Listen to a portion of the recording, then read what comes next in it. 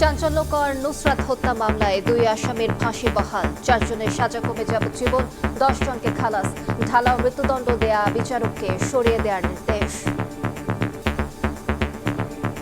4 জন commute করে লাইফে এনেছেন আর 2 জনের ডেথ বহাল, এই 6 জন আর বাকি 10 জনকে একুইটাল করেছেন। আশেপাশের লোক কেউই জানলো না, কেউ শব্দ পেল না, একা একা আগুন লেগে গেল। এই পার্টটুকুর রহস্য এখানে থেকেই গেল। একটি হত্যাকাণ্ডের ঘটনায় 16 জনের মৃত্যুদণ্ড প্রদানটা জুডিশিয়াল মাইন্ড থাকা দরকার, তিনি সেটা করতে ব্যর্থ হয়েছেন। উচ্চ আদালতের রায়ে স্বজনদের সন্তোষ, দ্রুত সাজা কার্যকরের দাবি। ফেনীতে পরিবারের নিরাপত্তায় পুলিশ মোতায়েন। যে প্রত্যাশা করছি আমরা ওই রকম একটা বিচার পেয়েছি। আমরা সন্তুষ্ট এই রায়ে, যেটা হত্যা প্রকাশ হয়ে গেছে আজকে। দেখছিলেন প্রধান শিরোনাম, সন্ধ্যার সময় সঙ্গে আছে আমি আলিশা। এবার অন্যান্য শীর্ষ সংবাদ। প্রধানমন্ত্রীর সভাপতিত্বে মন্ত্রিসভার বৈঠক অনুষ্ঠিত। মিড ডে মিলে শিক্ষার্থীদের নিরাপদ খাবার নিশ্চিতে গুরুত্ব আরোপ, সার্বজনীন উপবৃত্তি পর্যালোচনার নির্দেশ। জোরে সোরে চলছে স্থানীয় নির্বাচনের প্রস্তুতি। তৃণমূলের মতামতে প্রার্থী চূড়ান্ত করবে বিএনপি। বিশৃঙ্খলা ঠেকাতে পর্যাপ্ত নিরাপত্তা ব্যবস্থায় জোর সিইসি। সরকারের গণবিরোধী অবস্থানের প্রতিবাদ জারি রাখবে জামাত। সম্পাদকদেরও সমালোচনার আহ্বান। জ্বালানি সরবরাহ ও দ্রব্যমূল্য নিয়ন্ত্রণে ব্যর্থতার অভিযোগ এনসিপির। সংস্কার ঠিক পথে রাখতে সরকারকে তোপের মুখে রাখার আহ্বান আইনমন্ত্রীর। ৭২-এর সংবিধান ছুঁড়ে ফেলার সুযোগ নেই, সংশোধন কমিটিতে বিরোধী দলের যোগদানের আশা। এবং ছোট বড় নয়, বাংলাদেশ ভারত সমান, রাজনৈতিক টানাপোড়েনের প্রভাব পড়বে না অর্থনীতিতে, জানালেন দীনেশ ত্রিবেদী। মক্কা প্রতিরক্ষা জোট নিয়ে ইতিবাচক বাংলাদেশ।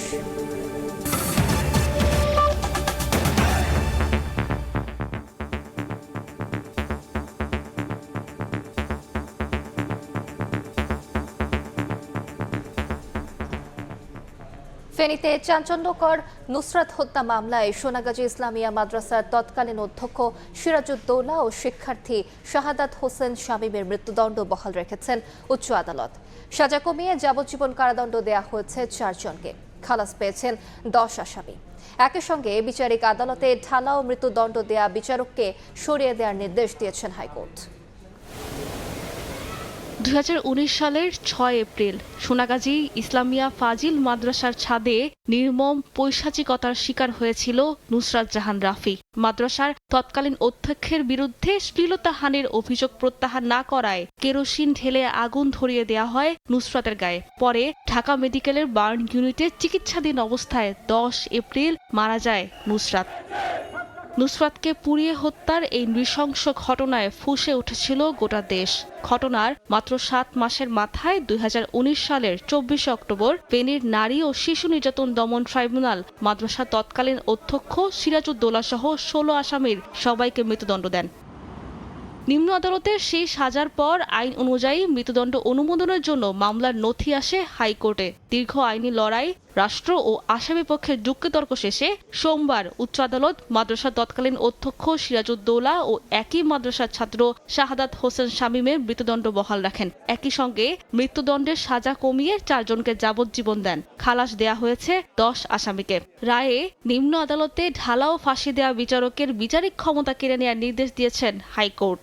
এই 16 জন নিম্ন আদালত কর্তৃক মৃত্যুদণ্ডপ্রাপ্ত আসামির মধ্যে আদালত 2 জন আসামির মৃত্যুদণ্ডের রায়কে বহাল রেখেছেন। তারা হলেন এই মাদ্রাসার তৎকালীন অধ্যক্ষ SM সিরাজউদ্দৌলা এবং শাহাদাত হোসেন শামীম। আদালতের পর্যবেক্ষণ অনুযায়ী এই বিচারক মামুনুর রশিদকে অবিলম্বে পেনাল এবং সেন্টেন্সিং অর্থাৎ ফৌজদারি মামলার বিচার এবং সেক্ষেত্রে তার দণ্ড দেওয়ার ক্ষেত্র থেকে তাকে সরিয়ে আনার জন্য আইন, বিচার এবং সংসদ বিষয়ক মন্ত্রণালয়ের প্রতি নির্দেশনা প্রকাশ করেছেন। সিসিটিভির ফুটেজ গায়েব করে দেয় নুসরাত হত্যার রহস্য এখনও উদ্ঘাটিত হয়নি দাবি করে রায়ের বিরুদ্ধে উচ্চ আদালতে আপিল করার কথা জানান আসামি পক্ষের আইনজীবীরা।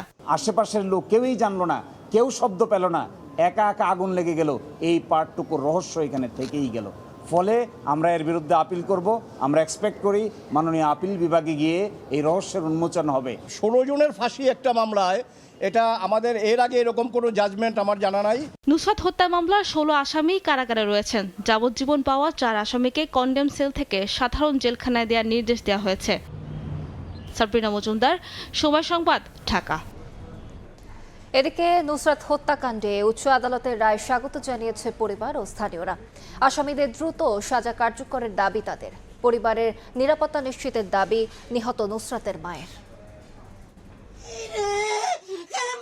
মেয়ের মৃত্যুর 7 বছর পর মায়ের এ কান্না যেন জমে থাকা কষ্টের বিস্ফোরণ। হত্যার পরও মেয়ে আত্মহত্যা করেছে বলে কথা শুনতে হয়েছে তাকে।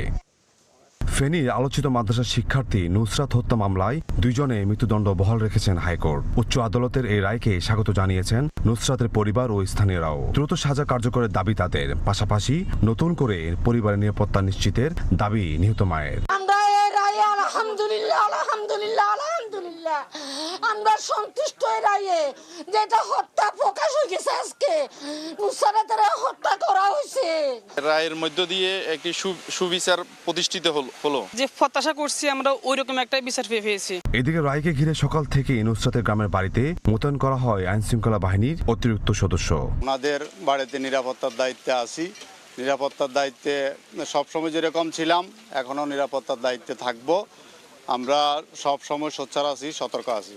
2019 সালে 6 এপ্রিল আলিম পরীক্ষার সময় সোনাগাজী ইসলামিয়া ফাজিল মাদ্রাসার ছাদে নুসরাত জাহান রাফির গায়ে আগুন দেওয়া হয়। 4 দিন পর 10 এপ্রিল ঢাকায় চিকিৎসাধীন অবস্থায় মারা যায় সে। একই বছরে 24 অক্টোবর ফেনীর নারী ও শিশু নির্যাতন দমন ট্রাইব্যুনাল মামলার মোট 16 আসামির সবাইকে মৃত্যুদণ্ডের আদেশ দেন। রায়ে নুসরাত হত্যার বিচার মিললেও পরিবারটির নিরাপত্তা নিয়ে উদ্বিগ্ন নুসরাতের মা। তবে পুলিশ বলছে প্রথম থেকে পরিবারটির নিরাপত্তা নিশ্চিত করা হচ্ছে। প্রয়োজন হলে ভবিষ্যতেও নিরাপত্তা আরও জোরদার করা হবে। ইশতিয়াক আহমেদ, সময় সংবাদ, ফেনী। প্রধানমন্ত্রী তারেক রহমানের সভাপতিত্বে মন্ত্রিপরিষদের বৈঠক অনুষ্ঠিত হয়েছে। বিকেলে সচিবালয়ে মন্ত্রিপরিষদ সভাকক্ষে বৈঠক শুরু হয়। বৈঠকে স্বরাষ্ট্রমন্ত্রী, সড়ক ও রেলমন্ত্রী, প্রাণী সম্পদ মন্ত্রী, পররাষ্ট্র প্রতিমন্ত্রী সহ মন্ত্রিপরিষদে নতুন যুক্ত হওয়া সদস্যরাও অংশ নিয়েছেন। এতে সমসাময়িক বিভিন্ন বিষয়ে আলোচনা হয়।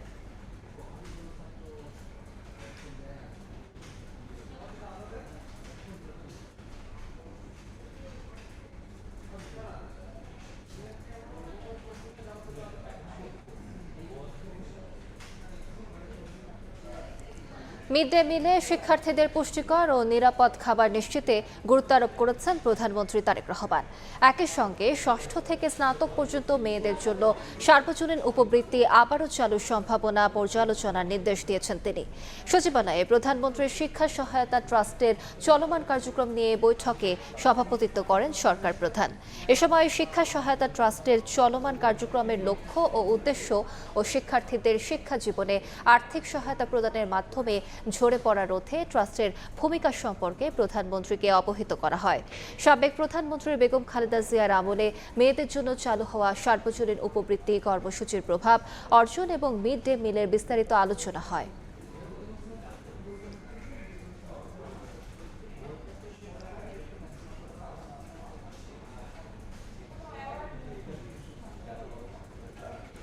রাষ্ট্রপতি মির্জা ফখরুল ইসলাম আলমগীরের সঙ্গে সাক্ষাৎ করেছেন ঢাকায় নিযুক্ত সৌদি আরবের রাষ্ট্রদূত ডক্টর আবদুল্লাহ জাফর এইচ বিন আবিয়া।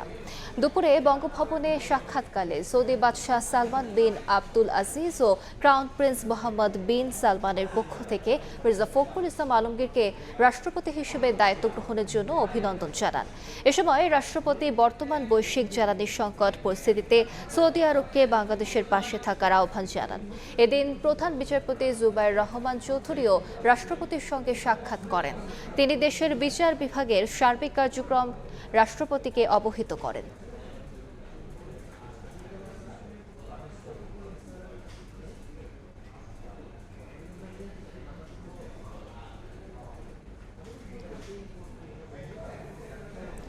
স্থানীয় সরকার নির্বাচনে প্রার্থী চূড়ান্ত হবে তৃণমূলের মতামতে, আর দলের নাম ভাঙিয়ে চলাদের বিরুদ্ধে নেওয়া হচ্ছে কঠোর ব্যবস্থা।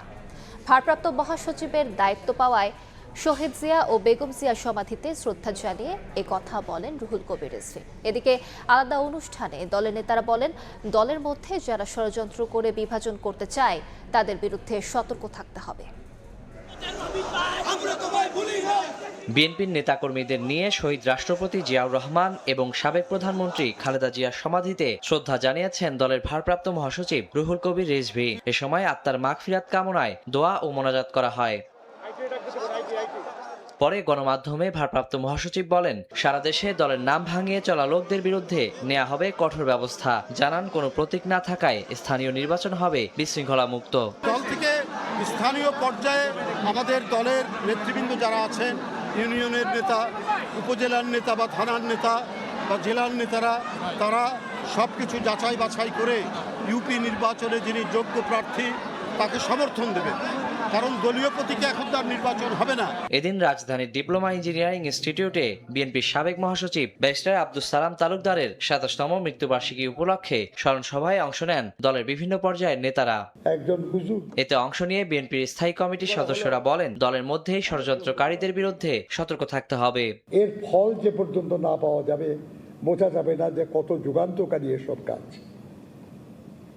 কিন্তু এই কাজগুলি সম্পাদনের জন্য যে শান্তিপূর্ণ অবস্থা দরকার, আমরা বুঝতে পারতেছি যে সেই সময় বিরোধী দল হয়তো দিতে চাইবে না। ষড়যন্ত্র চলছে, হয়তো দৃশ্যমান হচ্ছে না, ধীরে ধীরে শক্তি সঞ্চয় হচ্ছে।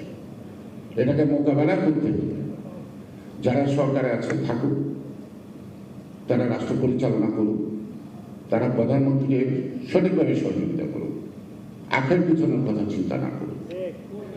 আর আমরা যারা রাস্তায় ছিলাম, আমাদের যেহেতু রাস্তায় মা নাই, আমরা রাস্তায় থাকি। সভায় প্রধান অতিথির বক্তব্যে স্থায়ী কমিটির সদস্য ডক্টর খন্দকার মোশাররফ হোসেন বলেন, বিএনপির ১৭ বছরের সংগ্রামের কারণেই ২৪-এর অভ্যুত্থানের মুখে পতন হয় ফ্যাসিস্ট সরকারের। ২৪-এর যে ছাত্র গণ অভ্যুত্থান, এটা কিন্তু এর আগে যে ১৭ বছর আমরা যে আন্দোলন করেছি তার ফলেই কিন্তু ফলপ্রসূ হিসাবে এই ২৪ এদেশের সফল ছাত্র গণ আন্দোলন হয়েছে এবং শেখ হাসিনাকে দেশ থেকে পালাতে হয়েছে। দেশকে সামনের দিকে এগিয়ে নিতে সরকারকে সবার অবস্থান থেকে সহযোগিতার আহ্বান জানান দলের কেন্দ্রীয় নেতারা। ওয়ালিউল সাকিব, সময় সংবাদ, ঢাকা। সরকারের গণবিরোধী অবস্থানের প্রতিবাদ জারি রাখবে জামাত। একই সঙ্গে সম্পাদকদেরও গঠনমূলক সমালোচনা করার আহ্বান জানিয়েছে দলটি। এদিকে এনসিপি বলছে, দ্রব্যমূল্য নিয়ন্ত্রণ, আইনশৃঙ্খলা উন্নয়ন এবং বিদ্যুৎ জ্বালানি সরবরাহে চরম ব্যর্থ হয়েছে বিএনপি সরকার। সংবাদপত্রের সম্পাদক ও জ্যেষ্ঠ সাংবাদিকদের সঙ্গে বিরোধী দলীয় নেতা ডাক্তার শফিকুর রহমানের মতবিনিময় সভা সোমবার সকালে রাজধানীর মিন্টু রোডের বিরোধী দলীয় নেতার সরকারি বাসভবনে এ সভায় অংশ নেয় জামায়াতের শীর্ষ নেতারাও। গণতন্ত্র রক্ষায় বিরোধী দলকে গণমাধ্যমের পাশে থাকার আহ্বান জানান সম্পাদকরা। মিডিয়ার প্রতি কোনো সরকারি কোনো অন্যায় পদক্ষেপ নিচ্ছে, যেরকম আমরা আগে দেখতে পেয়েছি, এরকম যে পত্রিকার উপরেই করুক না কেন, যে গণমাধ্যমের উপরেই করা হোক, এটা যেন বিরোধী দল থেকে প্রতিবাদ করা হয়। গণতান্ত্রিক অগ্রযাত্রা অক্ষুণ্ণ রাখতে সম্পাদকদের সরকারের গঠনমূলক সমালোচনা করার আহ্বান জানিয়ে জামায়াত সেক্রেটারি জেনারেল মিয়া গোলাম পরোয়ার জানান, সরকারের গণবিরোধী অবস্থানের বিরুদ্ধে নিয়মতান্ত্রিক প্রতিবাদ জানিয়ে যাবে তার দল। সকল অন্যায়, গণবিরোধী, জনস্বার্থ বিরোধী কাজে আমরা সবসময় প্রতিবাদ জানিয়ে যাব। ভালো কাজে সরকারকে সাহায্য করব, সকল মন্দ জনস্বার্থ বিরোধী কাজে আমরা প্রতিবাদ করব। এই পলিসির উপরে জামাত আছে, এটি সম্পাদকদেরকে ব্রিফ করা হয়েছে। এদিন সরকারের ১৮০ দিনের মূল্যায়ন নিয়ে রাজধানীর বাংলা মোটরে দলীয় কার্যালয়ে সংবাদ সম্মেলন করে এনসিপি। এ সময় দলটির আহ্বায়ক ও বিরোধী দলীয় চিফ হুইপ নাহিদ ইসলাম অভিযোগ করেন, নানা খাতে চরম ব্যর্থতার পরিচয় দিয়েছে সরকার। এই ৬ মাসে তারা কিন্তু নিদারুণভাবে ব্যর্থতার পরিচয় দিয়েছে। ৩ মাসের মধ্যে তারা বিদ্যুতের দাম বৃদ্ধি করলো। বাংলাদেশের ইতিহাসে সর্বোচ্চ পর্যায়ে লোডশেডিং কিন্তু এই বর্তমান সময়ে হচ্ছে। এ সময় শেখ হাসিনার প্রত্যাবর্তন ছাড়া প্রধানমন্ত্রীর ভারত সফর বাংলাদেশের জন্য অবমাননাকর হবে বলে মন্তব্য করেন নাহিদ ইসলাম। ফ্যাসিস্ট সরকার ছিল ১৫ বছর। শফিক মুন্সি, সময় সংবাদ, ঢাকা। সন্ধ্যার সময় আরো থাকছে। রংপুরে 4 মার্ডারের বিচার দাবিতে আজও শিক্ষক শিক্ষার্থীদের বিক্ষোভ। ইয়াবা সেবনে বাধা দেয়ায় খুনের দাবি নিয়ে স্থানীয়দের প্রশ্ন, বিচার বিভাগীয় তদন্তের আহ্বান। সংস্কার ঠিক পথে রাখতে সরকারকে তোপের মুখে রাখার আহ্বান জানিয়েছেন আইনমন্ত্রী মোহাম্মদ আসাদুজ্জামান। রাজধানীর সিরডাপ মিলনায়তনে আলোচনা সভায় তিনি আরও বলেন, ৭২-এর সংবিধান বলবৎ, এই সংবিধান নিয়েই সংশোধনের পথে এগোতে হবে। এ সময় মন্ত্রী দাবি করেন, বিচার বিভাগের ওপর কোনো হস্তক্ষেপ নেই। কোনো আইন আছে কিনা যে আপনারা সভা করবেন তা নিষিদ্ধ করতে হবে বা বাধা দিতে হবে, এরকম কোনো আইন আনলেস আপনার রাজনৈতিক দল নিষিদ্ধ কোনো রাজনৈতিক সত্তা হিসেবে বিবেচিত হয়। যেহেতু আপনার নিষিদ্ধ রাজনৈতিক সত্তা নেই, you are free to organise any programme এবং সরকারের সমালোচনা সেখানে করবেন। সরকারের এখানে স্তুতি বাক্য পাঠ করার জন্য আপনারা নিশ্চয়ই রাজনীতি করেন। শুনে আপনাদের অধিকার আছে এবং সেই অধিকার নিশ্চিত করা সরকারের দায়িত্ব। কার্টুনিস্ট মুস্তাককে কিভাবে কারাগারে হত্যা করা হলো, আমরা সেই সংস্কৃতি থেকে বের হয়ে আসার চেষ্টা করছি। আমরা ঘুরে দাঁড়িয়েছি, আমরা ঘুরে দাঁড়িয়ে একটি সঠিক গন্তব্যে পৌঁছানোর চেষ্টা করছি। হ্যাঁ, আমাদের গতি স্লো হতে পারে। বাংলাদেশ ভারত কেউ ছোট বড় নয়, দুদেশের সমান। এর ভিত্তিতে এই সম্পর্ক এগিয়ে যাবে বলে মন্তব্য করেছেন ভারতের হাই কমিশনার দীনেশ ত্রিবেদী। সচিবালয়ে বাণিজ্যমন্ত্রীর সঙ্গে বৈঠক শেষে তিনি আরও বলেন, ঢাকা দিল্লির রাজনৈতিক টানাপোড়েন অর্থনৈতিক সম্পর্কে প্রভাব ফেলবে না। আর বাণিজ্যমন্ত্রী বলেন, ভোক্তাকে সুলভ মূল্যে পণ্য দেওয়ার সুযোগ দিতে অর্থনৈতিক স্বার্থ বিবেচনা করে সিদ্ধান্ত নিতে হবে দুদেশকে। বাংলাদেশের বড় বাণিজ্যিক অংশীদার প্রতিবেশী ভারত। দেশটির সঙ্গে বর্তমানে দ্বিপক্ষীয় বাণিজ্যের আকার প্রায় 13 বিলিয়ন মার্কিন ডলার। গত 2 দশকে বাণিজ্য, সংযোগ, জ্বালানি ও বিনিয়োগে উল্লেখযোগ্য অগ্রগতি হলেও সাম্প্রতিক রাজনৈতিক পরিবর্তন সহ নানা কারণে বাংলাদেশ ভারত সম্পর্ক এখন কিছুটা শীতল। রাজনৈতিক ও কূটনৈতিক অস্থির সময়ের মধ্যেই সচিবালয়ে বাণিজ্যমন্ত্রীর সঙ্গে বৈঠক করেন ঢাকায় নিযুক্ত ভারতীয় হাইকমিশনার দীনেশ ত্রিবেদী। একান্তে প্রায় ঘণ্টাব্যাপী কথা বলেন তারা। পরে হাইকমিশনার বলেন, ঢাকা দিল্লি রাজনৈতিক টানাপোড়েন থাকলেও অর্থনীতি থাকবে এসবের প্রভাব মুক্ত। আপনারা এখানটা গার্মেন্টের সবচেয়ে ভালো। আমরা জিপার সাপ্লাই করতে পারি, মেশিনারি সাপ্লাই করি, বোতাম সাপ্লাই করতে পারি, তাহলে কি একটা ইন্টারডিপেন্ডেন্সি। আমি তো বললাম জয়েন্ট ভেঞ্চার ম্যানুফ্যাকচারিং দরকার, business to business together. Politics will continue in its own way. বাংলাদেশের কাছে বাণিজ্যিক সম্পর্কের আলোকে চীনের পরেই ভারতের অবস্থান। একথা জানিয়ে বাণিজ্যমন্ত্রী বলেন, 2 দেশের বাণিজ্যিক সম্পর্ক আরও নিবিড় হবে আগামীতে। ল্যান্ড বর্ডারগুলি পুরোপুরি ফাংশনাল করা, আপনার বর্ডার হাটগুলি পুনরায় চালু করা, তারপরে ল্যান্ড বর্ডার দিয়ে সুতা আমদানি যেটা এখন প্রহিবিটেড, সেটাকে আবার পুনরায় চালু করা। ব্যবসা ও বিনিয়োগ বাড়াতে 2 দেশের মধ্যে বেসরকারি ও প্রাতিষ্ঠানিক পর্যায়ে টাস্কফোর্স গঠনের প্রস্তাব বাংলাদেশ বিবেচনা করছে বলেও জানান বাণিজ্যমন্ত্রী। প্রসূন আশিস, সময় সংবাদ, ঢাকা। সন্ধ্যার সময় আরও থাকছে, বাংলাদেশ সহ 5 দেশ থেকে কর্মী নিতে নির্দেশনা জারি মালয়েশিয়ার। নিবন্ধিত রিক্রুটিং এজেন্সি ছাড়া নিয়োগ দিলেই শাস্তি, 8 ধাপে মানতে হবে কঠোর নিয়ম। ব্রিটিশ নাগরিকত্ব বিতর্ক নিয়ে অবশেষে মুখ খুলেছেন পররাষ্ট্র প্রতিমন্ত্রী হুমায়ুন কবির। নিজেকে বাংলাদেশের নাগরিক দাবি করে বলেছেন, যারা দেশের ভালো চায় না তারাই সমালোচনা করছে। বিকেলে পররাষ্ট্র মন্ত্রণালয়ে সাংবাদিকদের সঙ্গে মতবিনিময়ে হুমায়ুন কবির আরও জানান, সৌদি আরব, তুরস্ক ও পাকিস্তান নেতৃত্বাধীন মক্কা প্রতিরক্ষা জোট নিয়ে ইতিবাচক বাংলাদেশ। চলতি মাসের 21 আগস্ট বঙ্গভবনে পররাষ্ট্র প্রতিমন্ত্রী হিসেবে শপথ নেন হুমায়ুন কবির। শপথের পর সোমবার প্রথমবারের মতো পররাষ্ট্র মন্ত্রণালয়ে অফিস করেন তিনি। প্রথম কর্মদিবসেই গণমাধ্যমের সঙ্গে আলাপচারিতায় উঠে আসে ব্রিটিশ নাগরিকত্বের বিষয়টি। নিজেকে বাংলাদেশের নাগরিক হিসেবে পরিচয় দিয়ে দেশের প্রতি তার অবস্থান নিয়ে কোনো প্রশ্ন থাকা উচিত নয় বলে মন্তব্য করেন হুমায়ুন কবির। আমি বাংলাদেশি, আমি তো Bangladeshi. I don't think there is anybody, that will question my Bangladesism and my stand. Moinuddin ফখরুদ্দিনের জ্বালা উঠছে, তার আমার লাকি।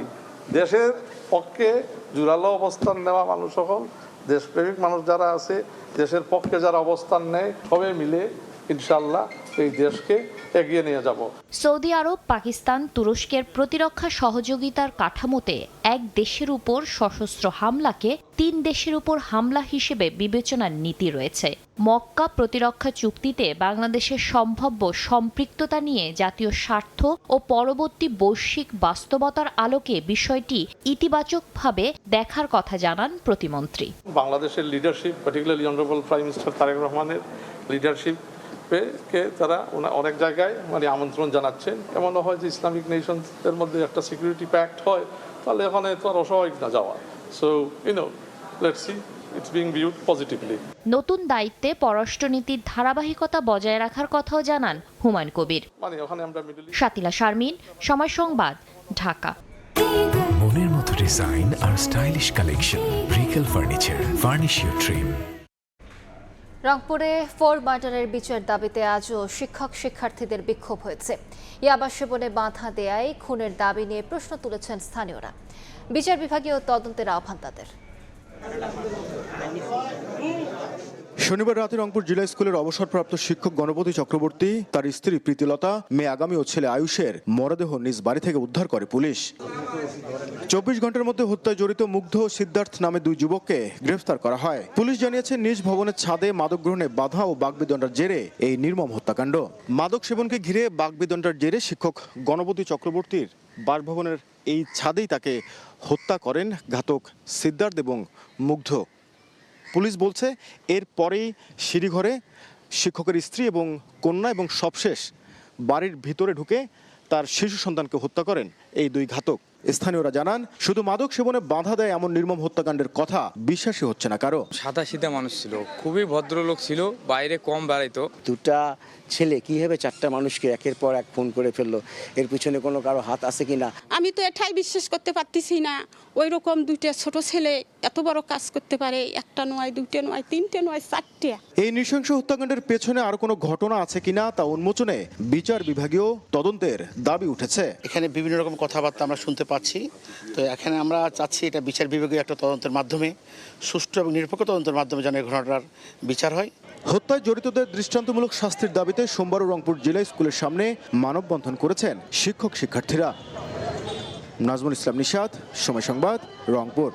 বিদেশি কর্মী নিয়োগ প্রক্রিয়াকে আরো স্বচ্ছ ও সুশৃঙ্খল রূপ দিতে 8 ধাপের কঠোর নিয়ম জারি করেছে মালয়েশিয়া। বিজ্ঞপ্তিতে বলা হয়েছে, অবশ্যই নিবন্ধিত ও অনুমোদিত রিক্রুটিং এজেন্সির মাধ্যমে বাংলাদেশ, ভারত, মিয়ানমার, পাকিস্তান এবং নেপাল থেকে কর্মী নিতে হবে। বিদেশি কর্মী নিয়োগ প্রক্রিয়াকে সুনির্দিষ্ট কাঠামোর মধ্যে আনতে কঠোর উদ্যোগ নিয়েছে মালয়েশিয়ার মানব সম্পদ মন্ত্রণালয়ে। স্থানীয় সময় রোববার জারি করা এক বিজ্ঞপ্তিতে জানানো হয়, নিয়োগ প্রক্রিয়ায় প্রথম ধাপে মালিক পক্ষকে দেশের শ্রম বিভাগের ধারা 60কে মেনে মাই ফিউচার জবস পোর্টালে চাকরির শূন্য পদের বিজ্ঞপ্তি প্রকাশ করতে হবে। দ্বিতীয় ধাপে থাকবে ই-কোটা ও সাক্ষাৎকার। তৃতীয় ধাপে ইমিগ্রেশন ডিপার্টমেন্টের মাধ্যমে সরকার নির্ধারিত কর বা লেভি পরিশোধ করতে হবে।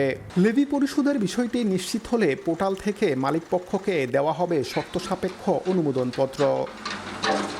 পঞ্চম ধাপ থেকে শুরু হবে কর্মী প্রেরণকারী দেশের প্রক্রিয়া, যেখানে মালয়েশীয় দূতাবাসে গিয়ে প্রয়োজনীয় নথিপত্র যাচাই ও সত্যায়ন সম্পন্ন করতে হবে। সপ্তম ধাপে সফল কর্মী নির্বাচন শেষে FWCMS এর মাধ্যমে আবেদন করা হবে ভিসা উইথ রেফারেন্স বা BWR। সবশেষে আইনি ছাড়পত্র পাওয়া কর্মীরা নিরাপদে মালয়েশিয়ায় পৌঁছে কর্মস্থলে যোগ দিলেই শেষ হবে পুরো প্রক্রিয়া। এদিকে কর্মী নিয়োগে মালয়েশীয় মালিকদের জন্য বিশেষ সতর্কতাও জারি করা হয়েছে। মোহাম্মদ আব্দুল কাদের, সময় সংবাদ, কুয়ালালামপুর, মালয়েশিয়া। আসন্ন সেপ্টেম্বর উইন্ডোতে বাংলাদেশের সঙ্গে একটি প্রীতি ম্যাচ খেলার আগ্রহ প্রকাশ করেছে 5 বারের বিশ্ব চ্যাম্পিয়ন ব্রাজিল। বাংলাদেশ সফর শেষে বাফুফের সভাপতি তাবিদ আওয়ালের কাছে নিজেদের ইচ্ছার কথা জানায় CBF এর প্রতিনিধি দল। তারা যুক্তরাষ্ট্র বা কোরিয়া, জাপান, এশিয়ার বিভিন্ন দেশে ওরা ফ্রেন্ডলি ম্যাচ খেলছে, সেখানে অনেক বাংলাদেশি দর্শক ছিল যারা ব্রাজিলকে সাপোর্ট করছে। এবং বাংলাদেশে ওয়ার্ল্ড কাপও তাদের হিউজ পরিবার সাপোর্টার আছে, ফ্যান গ্রুপ আছে, যার প্রেক্ষাপটে তারা একটা ম্যাচ খেলার জন্য আগ্রহ প্রকাশ করছে। আমাদের প্রেসিডেন্ট ফিফার সাথে হয়তো কথা বলবে যাতে উনি ব্রাজিল ম্যাচটা খেলতে পারে এবং আমরা আসিয়ান যে খেলাটা সেটা আমরা কভার করতে পারি। এ পর্যায়ে শীর্ষ সংবাদগুলো জানিয়ে দিচ্ছে আরেকবার। নুসরাত হত্যা মামলায় 2 আসামির ফাঁসি বহাল, 4 জনের যাবজ্জীবন, 10 জনকে খালাস। ঢালাও মৃত্যুদণ্ড দেয়া বিচারককে সরানোর নির্দেশ, দ্রুত সাজা কার্যকরের দাবি। আর্মড পুলিশ ব্যাটালিয়নের আইনের খসড়া অনুমোদন, প্রধানমন্ত্রীর সভাপতিত্বে মন্ত্রিসভার বৈঠক, নিরাপদ মিড ডে মিল নিশ্চিতের জোর, উপবৃত্তি পর্যালোচনার নির্দেশ। এবং জোরে সোরে চলছে স্থানীয় নির্বাচনের প্রস্তুতি, তৃণমূলের মতামতে প্রার্থী চূড়ান্ত করবে বিএনপি, বিশৃঙ্খলা ঠেকাতে পর্যাপ্ত নিরাপত্তা ব্যবস্থায় জোর সিইসির।